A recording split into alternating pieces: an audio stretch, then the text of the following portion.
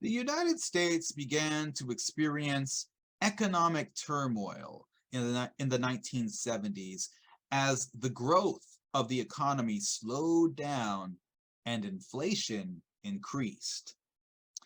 The US faced competition from foreign companies, and manufacturing jobs continued to decrease in the traditional industrial centers like Detroit, right? There's a whole manufacturing sector there in Detroit. That's beginning to decrease, right?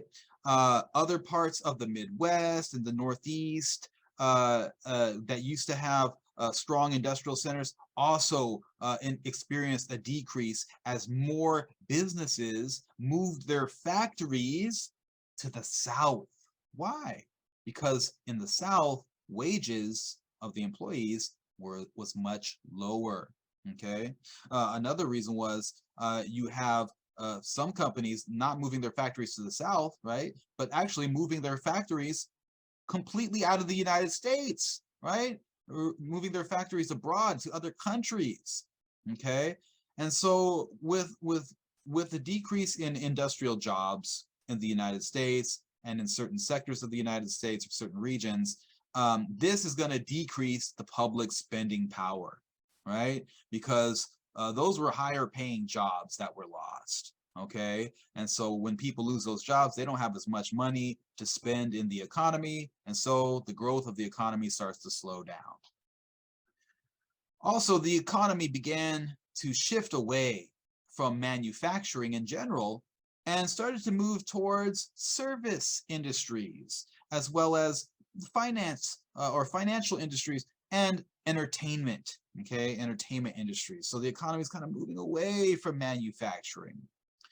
And oftentimes, these types of industries, right, such as the service industry, financial, entertainment, these types of industries don't offer as high of a paycheck, right, or higher wages, except for maybe in the financial industry. But the majority of the population aren't working in finance. They're starting to work in these new service jobs. Okay, so instead of having these high-paying manufacturing jobs, which also had benefits, now you got people working in service jobs. Okay, jobs like for corporations, they're becoming salesmen, selling things, or working at fast food, department stores. Those are service jobs. Okay, so people don't have as much money as they did before, and so that's going to decrease their spending power. They're not going to be spending as much in the US economy. It's going to slow down the growth of the economy. Also, the labor force supply, right, the supply of the labor was higher than ever due to the baby boomers. And with such a high supply of labor, there weren't enough jobs to go around. In 1973, the US economy was affected by an oil embargo from OPEC. OPEC is the Organization of Petroleum Exporting Countries. Okay, most of them located in the Middle East. Okay, and what happened was OPEC stopped selling oil altogether to the United States for a period of time, and they also dramatically increased oil prices for other countries around the world. Why did they do this? Okay, in the 1970s. Well, this was an act of retaliation due to US support for Israel in the Yom Kippur War in 1973. Okay, in the Yom Kippur War, Egypt and Syria went to war with Israel. And in that war, the United States had supplied Israel with weapons. Okay, and so because of this, countries in the Middle East retaliated and they cut off the supply of oil to the United States and they increased the price of oil to other countries. All right. Later, the US would make a strong effort to increase its own energy production so that it would not be dependent on foreign oil. So that is known as the energy crisis. Okay, the energy crisis, when OPEC cut off oil to the US and increased the prices of oil for other countries. So the energy crisis caused by this increase in oil prices also increased the stagnation, not moving, not growing, of economic growth in the United States and around the world, okay?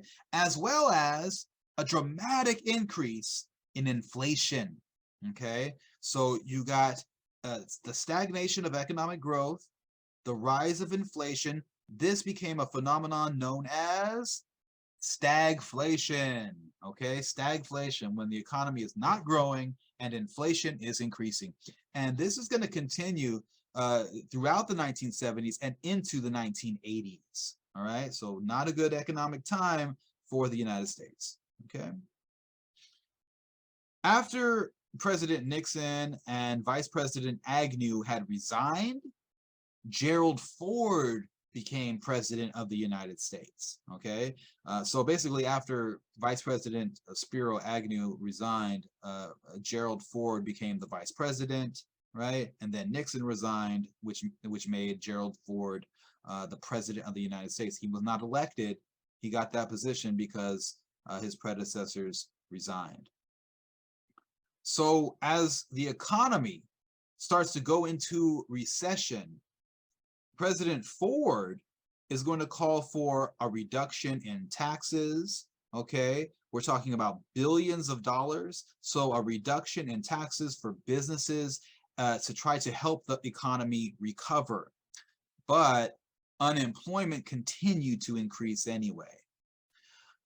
President Ford also pushed to reduce government spending. All right, so this is the opposite of Keynesian economics that was practiced by FDR back in World War II, right? Remember that? That's what helped end the Great Depression, right? Massive amounts of government spending. That's Keynesian economics. Well, President Ford is doing the opposite of that. He is cutting government spending, okay? All right. So Ford is in office for a little while, but he doesn't get reelected, okay? Or he doesn't get elected, period. So after winning the election of 1976, Jimmy Carter is going to become the new president, and he also made efforts to solve the economic problems of the United States in the 1970s. Like President Ford, he supported tax cuts for the rich, okay? He also reduced government regulations on several industries, such as the airline industry, okay? So he basically hoped that reducing regulations on the airline industry would help to reduce prices through competition in that industry.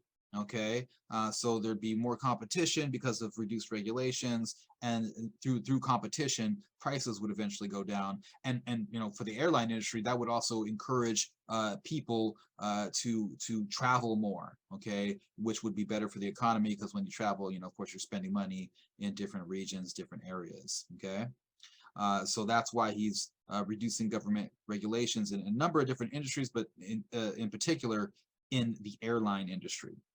He also, I'm talking about President Carter here, he also deregulated the prices of oil and natural gas, okay? What does that mean? It means that in those industries, right, the oil industry, natural gas, they could now set their own prices, okay? It's not being regulated by the federal government, so they can charge as much as they want.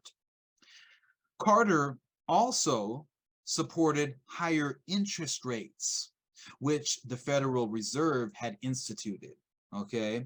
The higher interest rates would slow down consumers' buying habits, okay? Why would you want to slow down their buying habits? Well, the hope was that this would make prices decrease, okay? Prices decrease. So if there's not a big demand from the people, then companies would lower their prices, and that would help to end inflation, or at least decrease it, okay? But as the Organization of Petroleum Exporting Countries, or OPEC, as OPEC increased the price of oil once again, because you know eventually they start selling to the US again, but they're going to increase that price of the oil. When they did that, inflation continued to rise, okay? Because now companies have to pay more for their oil, and so they raise their prices to make up for the loss, and it's a domino effect as related industries also raise their prices as well. Okay. So ultimately, you have a massive amount of economic turmoil due to the energy crisis in the 1970s. The US experiences stagflation, and you have Presidents Ford and President Carter trying to pass economic policies to remedy these issues, but they are not successful.